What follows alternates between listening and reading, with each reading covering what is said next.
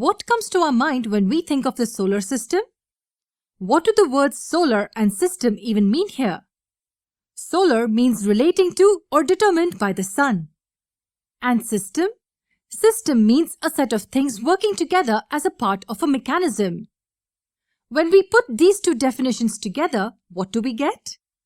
We get the set of things working together as part of a mechanism determined by the sun, which, in other words, is the solar system.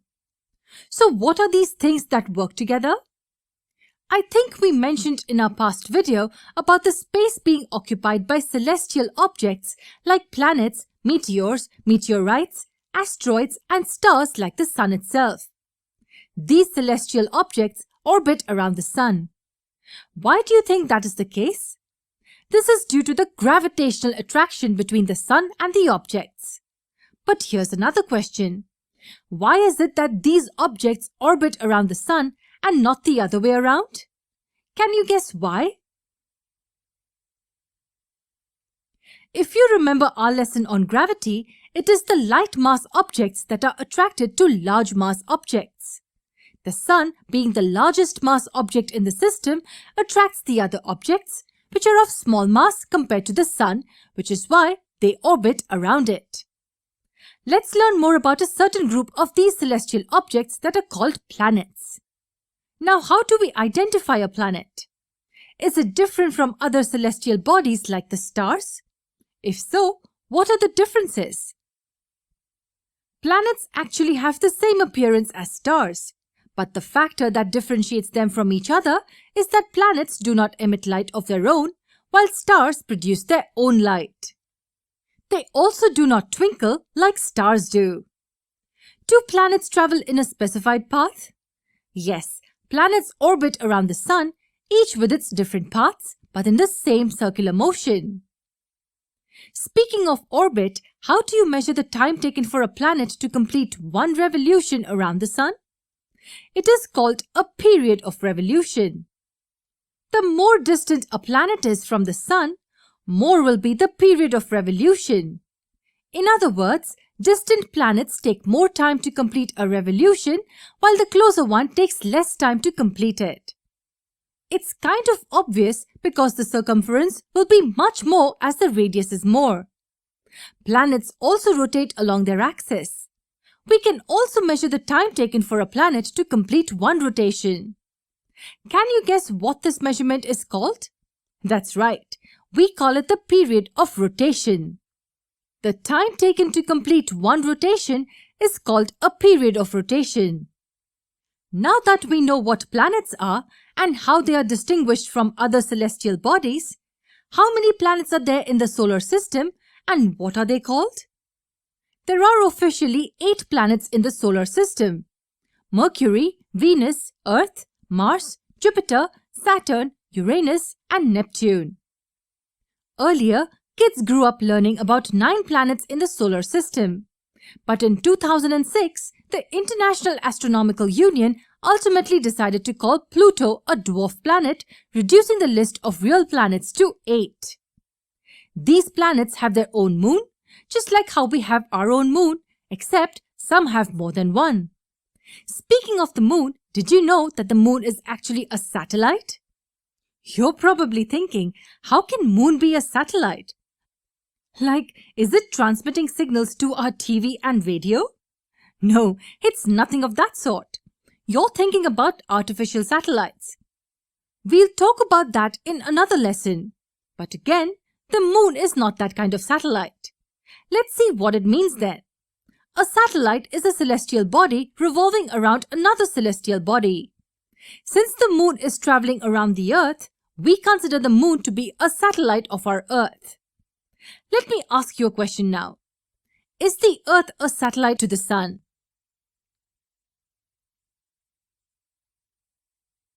If your answer is yes, then you're right. Since the Earth revolves around the sun, the Earth is a satellite to the sun. We shall now cover the different types of planets in the next lesson. The first one is Mercury. Now this planet is the closest planet to the sun and it is also the smallest planet in our solar system. Now, since it's really close to the sun, it would be really hard to observe it from our skies during the day. However, there is a way to view it.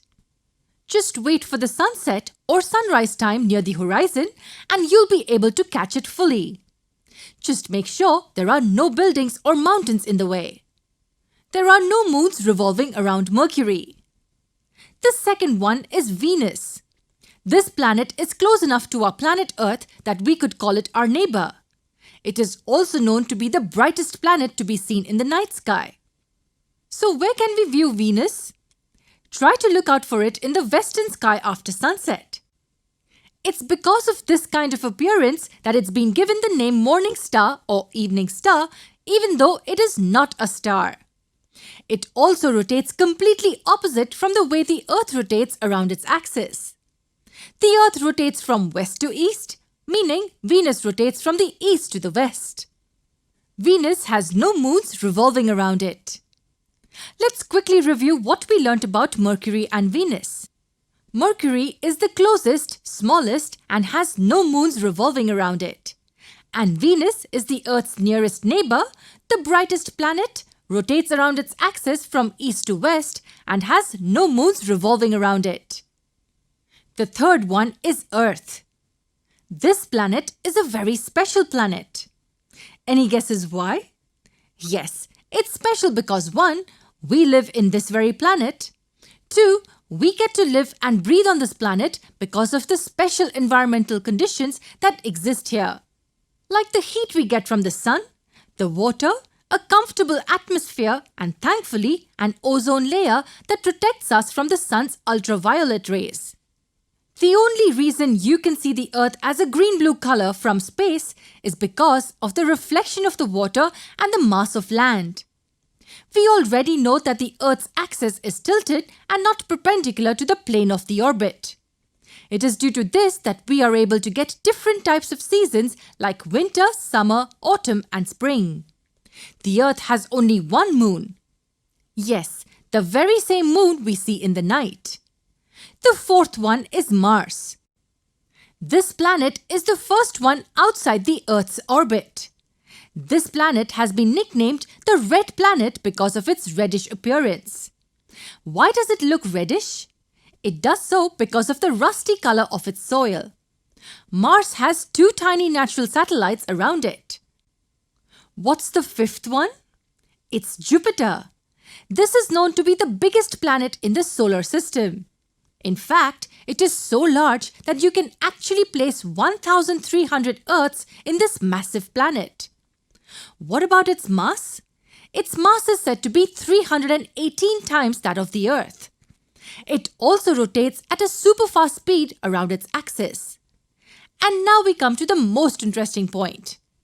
Jupiter is said to have the largest amount of satellites. If you want to observe it, you can easily see it in the night sky with its moons due to its brightness. The sixth one is Saturn. It is said to be yellowish in color.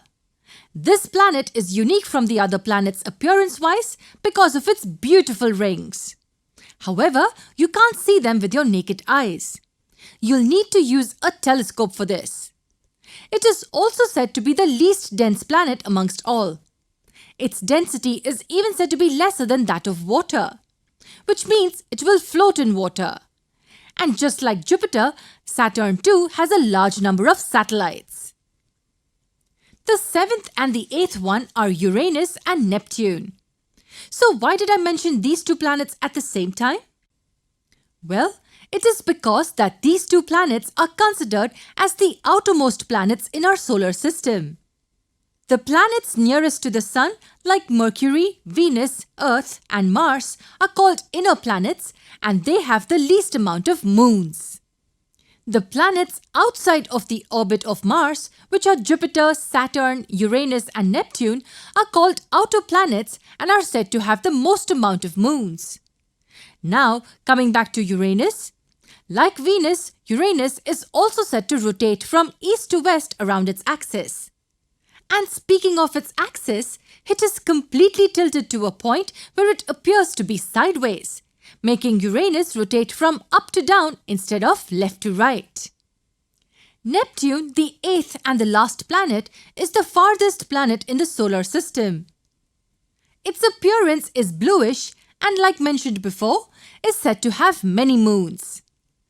That's all we need to know about the planets for now. We shall talk about the other types of celestial bodies in our solar system in the next. Stars basically surround us like a blanket in the night. Hey, look over there. Do you see a group of stars? It looks so bright and shiny.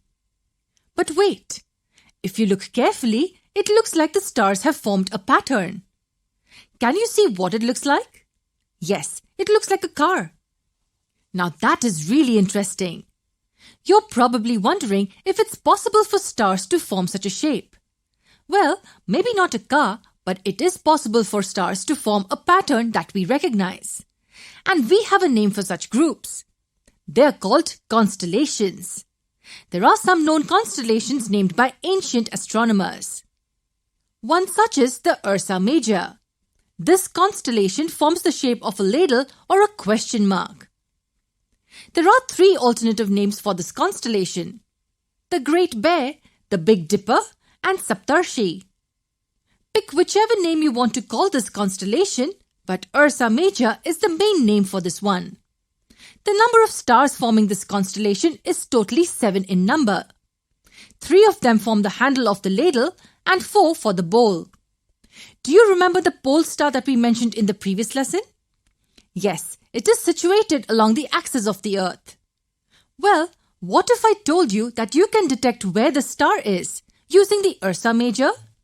Let's see how. Do you see the 2 stars at the end of the constellation? Now, let's try and form an imaginary line to the northern side of these 2 stars. Let's make this 5 times the distance than the distance between the 2 stars. Now, if you look clearly at one star that isn't as luminous as the constellation stars, that's your pole star. Another famous constellation is the Orion. This constellation can be seen during the late evenings of the winter season. It is said to be one of the most magnificent and recognizable constellations, and looking at this, I'm sure you wouldn't disagree with that. It consists of 7 or 8 luminous stars.